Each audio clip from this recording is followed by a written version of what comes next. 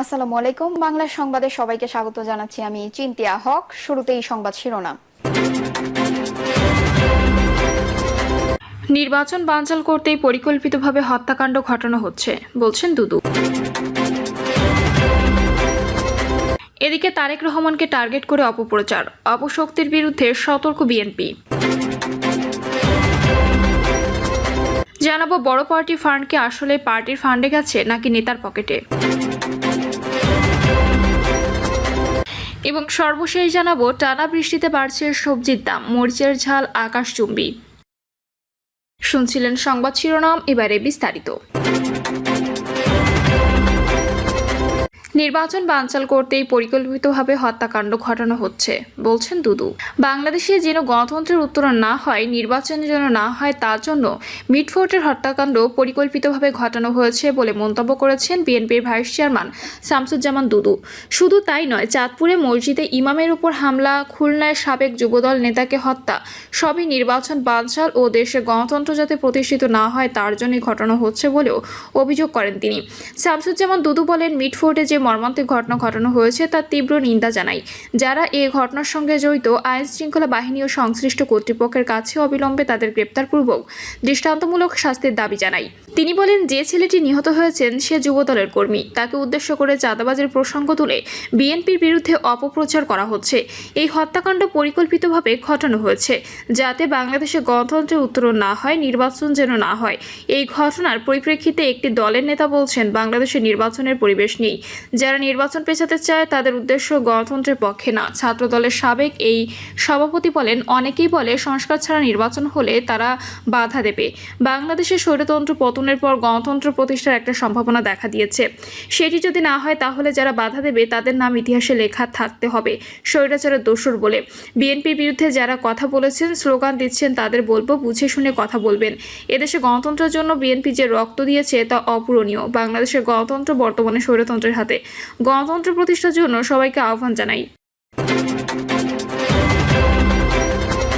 তারেক রহমানকে টার্গেট করে অপপ্রচার, অপশক্তির বিরুদ্ধে সতর্ক বিএনপি। চলমান পরিস্থিতিতে দায়িত্বশীল রাজনৈতিক দল হিসাবে অগণতান্ত্রিক অপশক্তিকে সতর্কতার সঙ্গে মোকাবিলা করার সিদ্ধান্ত নিয়েছে বিএনপি। পাশাপাশি দেশের আইন শৃঙ্খলা পরিস্থিতি নিয়ন্ত্রণে প্রশাসন চাইলে সব ধরনের সহযোগিতাও করবে। এর মধ্য দিয়ে নির্বাচনের মাধ্যমে দ্রুত দেশকে গণতান্ত্রিক শাসন ব্যবস্থায় ফেরাতে চায়। এদিকে দলটির নেতারা বলছেন, অগণতান্ত্রিক অপশক্তিগুলো এখন বিএনপির ভারপ্রাপ্ত চেয়ারম্যান তারেক রহমানকে প্রধান টার্গেট বানিয়েছে। তাকে রাজনৈতিকভাবে মোকাবিলা করতে ব্যর্থ হয়ে ষড়যন্ত্রকারীরা এখন মিথ্যা ও ভিত্তিহীন তথ্য ছড়িয়ে জনগণকে বিভ্রান্ত করার চেষ্টা করছে। একটি সুষ্ঠু, অবাধ ও গ্রহণযোগ্য জাতীয় সংসদ নির্বাচনের মাধ্যমে দেশকে গণতন্ত্রের উত্তরণের যে প্রক্রিয়া চলছে তা থামাতে নানা অপতৎপরতা তারা দেখছেন, যা দুঃখজনক। এমন পরিস্থিতিতে সারা দেশে আইন শৃঙ্খলা পরিস্থিতির অবনতি ও মব সৃষ্টির অপচেষ্টার প্রতিবাদ সহ নানা দাবিতে আজ থেকে মাঠে নামছে বিএনপি 3 অঙ্গ সহযোগী সংগঠন, যুবদল, স্বেচ্ছাসেবক দল ও ছাত্রদল। ঢাকা সহ সারা দেশে 3 দিন পৃথকভাবে বিক্ষোভ মিছিলের কর্মসূচি দিয়েছে সংগঠন 3টি। বিএনপি নেতাদের অভিমত, দেশের আইন শৃঙ্খলা পরিস্থিতির আশানুরূপ উন্নতি হয়নি, অথচ কোনো ধরনের অপকর্মের সঙ্গে বিএনপির কেউ জড়িত থাকলে সঙ্গে সঙ্গে সাংগঠনিক ব্যবস্থা নেওয়া হচ্ছে। ইতিমধ্যে সারা দেশে বিএনপি ও অঙ্গ সংগঠনের প্রায় 5,000 নেতাকর্মীকে বহিষ্কার করা হয়েছে। এমনকি কোনো ঘটনায় আইনি ব্যবস্থা নেওয়ার জন্য পুলিশকে অনুরোধ করা হয়েছে, কিন্তু রহস্যজনক কারণে অনুরোধে অনেক ক্ষেত্রে তেমন সাড়া পাওয়া যায়নি। এছাড়া যারা মব সন্ত্রাস করে অরাজকতা সৃষ্টি করছে তাদের বিরুদ্ধে কার্যকর ব্যবস্থা না নেওয়ায় সামাজিক শৃঙ্খলাও ভেঙে পড়েছে। সার্বিকভাবে সাধারণ মানুষের জন্য একটা ভীতিকর পরিস্থিতি তৈরি হয়েছে। ফলে আইন শৃঙ্খলা বাহিনীকে অকার্যকর মনে হচ্ছে। এটি কোনো অপশক্তিকে ষড়যন্ত্রের সুযোগ করে দেওয়ার অংশ কিনা সে ব্যাপারেও প্রশ্ন উঠছে জনমনে। বিদ্যমান পরিস্থিতিতে দেশ ও জনগণের স্বার্থে বড় দল হিসেবে বিএনপি এই পরিস্থিতির উন্নতি চায়, এর সুরাহা চায়। এই প্রসঙ্গে বিএনপির মহাসচিব মির্জা ফখরুল ইসলাম আলমগীর বলেন, জাতীয়তাবাদী শক্তিকে ধ্বংস করতে বিএনপির বিরুদ্ধে অপপ্রচার চলছে, তা পরিকল্পিত চক্রান্ত। সেই চক্রান্ত হচ্ছে বিএনপির ভারপ্রাপ্ত চেয়ারম্যান তারেক রহমান, যিনি উঠে আসছেন, যার একটা সম্ভাবনা দেখা দিয়েছে, তাকে নিশ্চিহ্ন করা। কিন্তু তারেক রহমানের অসাধারণ দক্ষতাই তাকে নেতৃত্বে এনেছে। তার অসাধারণ সাংগঠনিক দক্ষতা, যা খুব কম রাজনীতিবিদদের মধ্যে আছে। অতি অল্প সময়ের মধ্যে ভারপ্রাপ্ত চেয়ারম্যান বিশাল একটা অংশকে সংগঠিত করে ফেলতে পারেন। তারেক রহমান নিঃসন্দেহে আমাদের স্বপ্ন, আমাদের ভবিষ্যৎ, দেশের মানুষের আস্থার জায়গায় রয়েছেন। তাই বিএনপিকে এত সহজে তুড়ি মেরে উড়িয়ে দেওয়া যাবে না। বিএনপির প্রতিবাদ করেছেন, প্রমাণ করেছেন যে বিএনপি ধ্বংসস্তূপ থেকে জেগে উঠতে জানে। বিএনপির সিনিয়র যুগ্ম মহাসচিব অ্যাডভোকেট রুহুল কবির রিজভী বলেন, যেখানেই কোনো অপকর্মের অভিযোগ পেয়েছি আমরা সব ধরনের ব্যবস্থা নিয়েছি। বিভিন্ন জায়গায় দলের পক্ষ থেকে মামলা করা হয়েছে। এখন দায়িত্ব আইন শৃঙ্খলা বাহিনী ও সরকারের। তবে এ নিয়ে কোনো রাজনৈতিক মহল ফ্যাসিস্ট আওয়ামী লীগের মতো সেই পুরনো কালচার শুরু করেছে। তারা দোষারোপে রাজনীতি করছে। দলের ভারপ্রাপ্ত চেয়ারম্যান তারেক রহমানের কঠোর নির্দেশ, কোনো অন্যায়কারীকে বিএনপি প্রশ্রয় দেবে না। সে যত বড় নেতা বা প্রভাবশালী হোক না কেন, অন্যায় ও অপকর্মের বিরুদ্ধে দলের অবস্থান জিরো টলারেন্স। বিএনপি নেতারা জানান, অভ্যুত্থানের পর থেকে দলের ভারপ্রাপ্ত চেয়ারম্যান তারেক রহমানের বক্তব্য এবং অপকর্ম অন্যায়কারীদের বিরুদ্ধে জিরো টলারেন্স নীতি দেশব্যাপী ব্যাপক প্রশংসা পেয়েছে। অপকর্মে জড়িত থাকার অভিযোগে ইতিমধ্যে বিএনপি ও এর অঙ্গ সহযোগী সংগঠনের প্রায় 5,000 নেতাকর্মীকে বহিষ্কার করেছে। কিন্তু দুর্ভাগ্যবশত বিএনপি আন্তরিকতা দেখালেও অন্তর্বর্তীকালীন সরকার দেশের আইন শৃঙ্খলা পরিস্থিতি নিয়ন্ত্রণে দুর্বলতা দেখাচ্ছে, যে কারণে অপরাধীরা প্রায় নিরবিচ্ছিন্নভাবে অপরাধ করছে। নেতারা আরও বলেন, সর্বশেষ মিটফোর্টে একজন ব্যবসায়ীকে নির্মমভাবে হত্যা করা হয়েছে। সেখানে অঙ্গ সহযোগী সংগঠনে যেসব নেতাকর্মী জড়িত থাকার অভিযোগ পাওয়া গেছে, সঙ্গে সঙ্গে আজীবন বহিষ্কার করা হয়েছে। একই সঙ্গে দলের পক্ষ থেকেও জড়িতদের গ্রেপ্তার করে দৃষ্টান্তমূলক শাস্তির দাবিও জানানো হয়েছে। বিএনপি তো সরকারি দল নয়, তাই এখন সব দায়িত্ব হচ্ছে আইন শৃঙ্খলা বাহিনী ও বর্তমান সরকারের।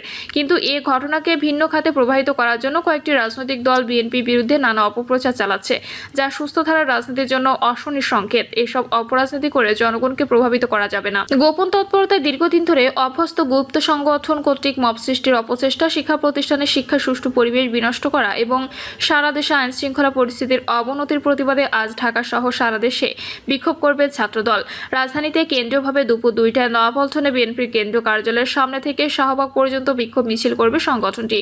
এদিকে সারা দেশে প্রশাসনের নির্লিপ্ততায় আইন শৃঙ্খলা পরিস্থিতির অবনতি ও ষড়যন্ত্রমূলকভাবে দেশকে অস্থিতিশীল করার চেষ্টার প্রতিবাদে কাল সারা দেশে বিক্ষোভ কর্মসূচি পালন করবে স্বেচ্ছাসেবক দল। এদিন রাজধানীতে কেন্দ্রীয়ভাবে বেলা 3টায় নয়াপল্টন কেন্দ্রীয় কার্যালয়ের সামনে থেকে কাকরাইল, শান্তিনগর, মালিবাগ মোড়, মৌচাক, মগবাজার, বাংলা মোটর হয়ে শাহবাগ পর্যন্ত বিক্ষোভ মিছিল করবে।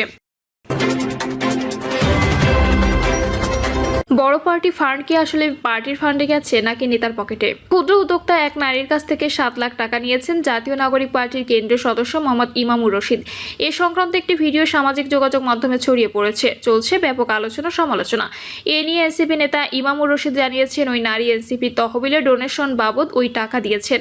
পরে দলের শীর্ষ নেতাদের কাছ থেকে ব্যক্তিগত অনৈতিক সুবিধা না পেয়ে অসৎ উদ্দেশ্যে ধারণ করা ভিডিওটি অন্যকে দিয়ে ছড়িয়েছেন। তবে প্রশ্ন তুলেছেন গণ অধিকার পরিষদের সাধারণ সম্পাদক রাশেদ খান। তিনি বলেন, আজকে নিশ্চয়ই একজন নেতার স্ক্রিনশট লক্ষ্য করেছেন। এক আপুর কাছে পার্টেক্স ও ওয়ালটনের নাম্বার চাওয়া হচ্ছে। নতুন বন্দোবস্তে এটা কোন সিস্টেম যে কোম্পানিগুলোকে কল করে পার্টি ফান্ড চাওয়া? এ সময় তিনি প্রশ্ন ছুড়ে দিয়ে বলেন, বড় পার্টি ফান্ড কি আসলে পার্টির ফান্ডে গেছে নাকি নেতার পকেটে গেছে, সেটা নিশ্চয়ই তদন্ত হতে পারে। গণ অধিকার পরিষদের সাধারণ সম্পাদক বলেন, আমি আবারও বিষয়টা তুলতেছি। ডিসি নিয়োগে যে কেলেঙ্কারি হয়েছিল তার কোনো কিছু মিথ্যা নয়। গাজী সালাউদ্দিন তানভীরের মাধ্যমে 2 জন আলোচিত নেতা এই কাজ করিয়েছিলেন।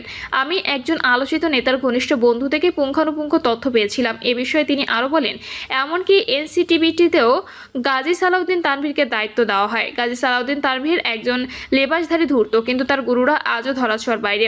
পরে তিনি বড় পার্টি ফান্ড কি আসলে পার্টির ফান্ডে গেছে নাকি নেতার পকেটে গেছে প্রশ্ন তুলে তদন্ত হওয়া উচিত বলে মন্তব্য করেন। সেই সঙ্গে বলেন, আমি মনে করি স্মার্ট চাঁদাবাজির বিষয়ে তদন্ত হওয়া দরকার। কত পার্টি ফান্ডে গেছে আর কত নেতার পকেটে গেছে, এটার একটা স্বচ্ছ হিসাব থাকা দরকার। এদিকে অভিযোগ নিয়ে মতামত জানিয়েছেন সংশ্লিষ্ট এনসিপি নেতা ইমামুর রশিদ। তিনি তার ফেসবুকে দেওয়া পোস্টে লেখেন, আজকে আমাকে নিয়ে ফেসবুকে ওয়াহিদুজ্জামান নামক প্রোফাইল থেকে যে ভিডিওটি ছড়ানো হয়েছে সেটা নিয়ে আমার মতামত। ভিডিওটি যে মহিলার কণ্ঠস্বর শোনা যাচ্ছে, তিনি গত মে মাসের প্রথম দিকে আমাদের জাতীয় নাগরিক পার্টির অস্থায়ী কার্যালয়ে এসে পার্টির আহ্বায়ক ও 2 অঞ্চলের মুখ্য সংগঠক দ্বয়ের সঙ্গে দেখা করেন। সেখানে তিনি স্বেচ্ছায় পার্টি ফান্ডে ডোনেশন দিতে ইচ্ছা পোষণ করেন। এছাড়া তিনি একাধিকবার পার্টি অফিসে এসে অন্যান্য কেন্দ্রীয় নেতাদের সঙ্গে দেখা করেন। প্রিয় দর্শক, এই ছিল এখনকার সর্বশেষ সংবাদ। আপডেট সব সংবাদ পেতে চ্যানেলটি সাবস্ক্রাইব করে বেল আইকনটি ক্লিক করে রাখুন।